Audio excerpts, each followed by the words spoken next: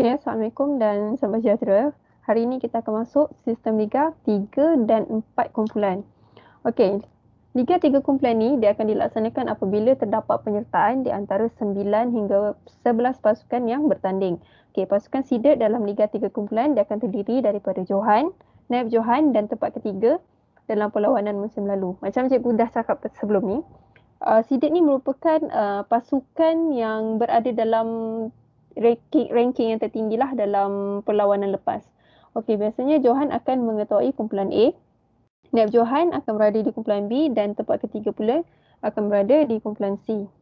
Okey, dekat sini ditunjuk ada 3 kumpulan yang terdiri daripada 3 pasukan yang sama. Okey, kalau boleh nampak kumpulan A kat sini dah ada 3 pasukan, kumpulan B ada 3 pasukan dan kumpulan C pun sama. Okey, bagi cara pengiraan pula, dekat sini dia ada bagi formula iaitu N tolak 1 bahagi 2 darab dengan 3 kumpulan. Okey, N ni merujuk kepada bilangan pasukan yang menyertai pertandingan lah.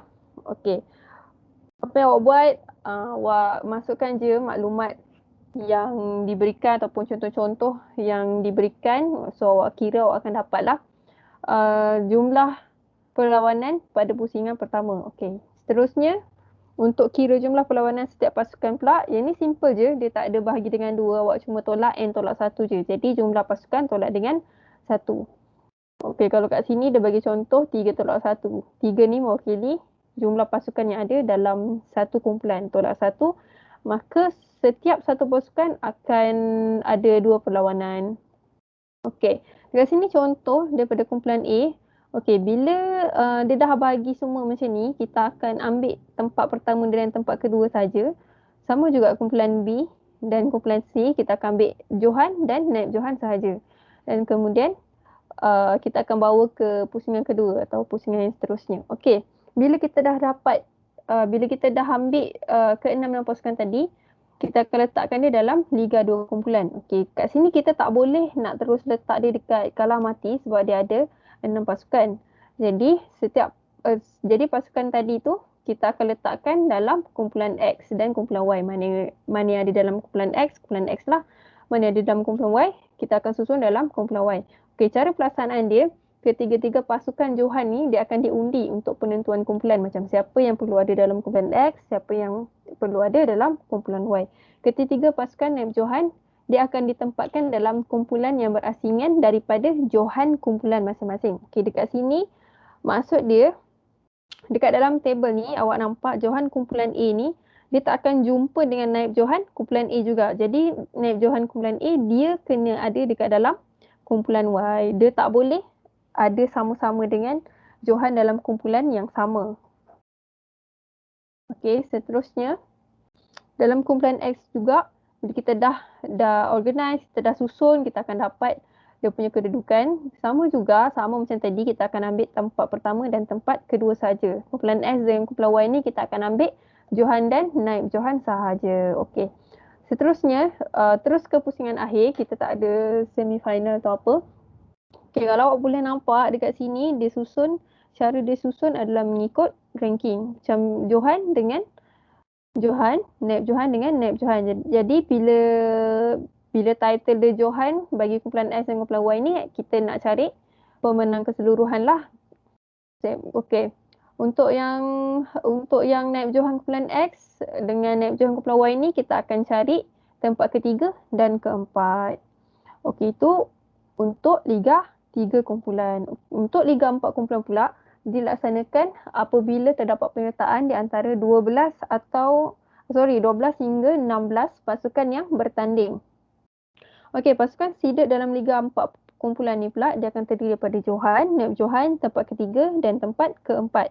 Itu pemenang pada musim lalu. Bagi pasukan lain, dia akan diundilah untuk ditempatkan dalam perlawanan tersebut. Okay, biasanya Johan akan mengetuai kumpulan A, Naib Johan di kumpulan B, tempat ketiga di kumpulan C dan tempat keempat di kumpulan D. Okey, bagi cara pengiraan dia pula, kalau awak tengok dekat sini, dia ada 4 kumpulan. Sama juga macam cikgu bagi contoh tadi, dia terdiri daripada jumlah pasukan yang sama. Okey, bila yang sama ni barulah kita boleh guna formula yang darab dengan 4 ni. Okey, kalau macam tadi Liga 3 kumpulan darab dengan 3 lah. Kalau Liga 4 kumpulan, formula dia akan jadi N tolak 1 bahagi 2 darab dengan 4. So awak masukkan, awak key in dia punya info. So dapatlah 12 perlawanan bagi pusingan pertama. Okey, seterusnya ini sama je kalau untuk perlawanan bagi setiap pasukan. Dia punya formula tak ubah, N tolak 1 juga. Okey. Okay, sekarang cuba nak tunjuk contoh bagi kumpulan A. Dia dah bagi kedudukan dia, awak tinggal ambil Johan dan naib Johan sahaja sama dengan kumpulan B. Tempat pertama, tempat kedua, C pun sama dan D pun sama. Okey, bila awak dah dapat ke semua Johan dengan naib Johan tu, awak kena susun dalam suku akhir. Okey, kalau awak nampak dekat sini, Johan A dia akan berada di atas league ni, dan naib Johan A dia akan berada di bawah sekali. Begitu juga dia punya trend, sama je.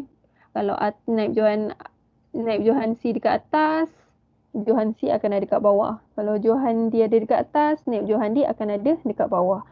Okey. Seterusnya, bila dah dapat pemenang, awak akan susun dia dekat dalam separuh akhir.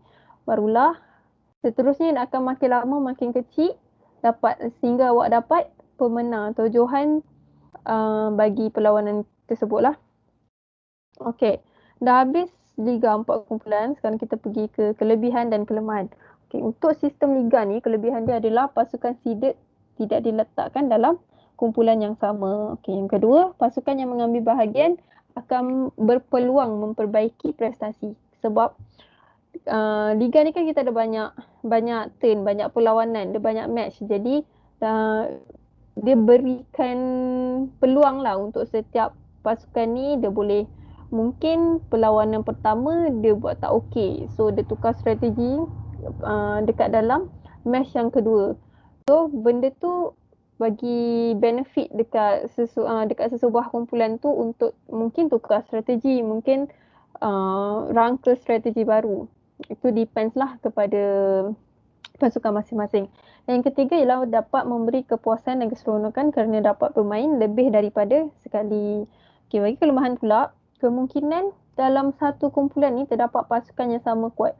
Okey, sebab kita tak tahu, mungkin dia sebelum ni naib Johan, tapi sebenarnya bila disusun dia sama kuat juga dengan Johan. So dekat sini mungkin akan berlaku tidak puas hati antara pasukan. Okay, yang kedua ialah kos pengurusan pertandingan tinggi. Jika pasukan yang mengambil bahagian tu ramai, benda tu logik lah. Semakin ramai yang masuk, semakin banyaklah perbelanjaan yang keluar.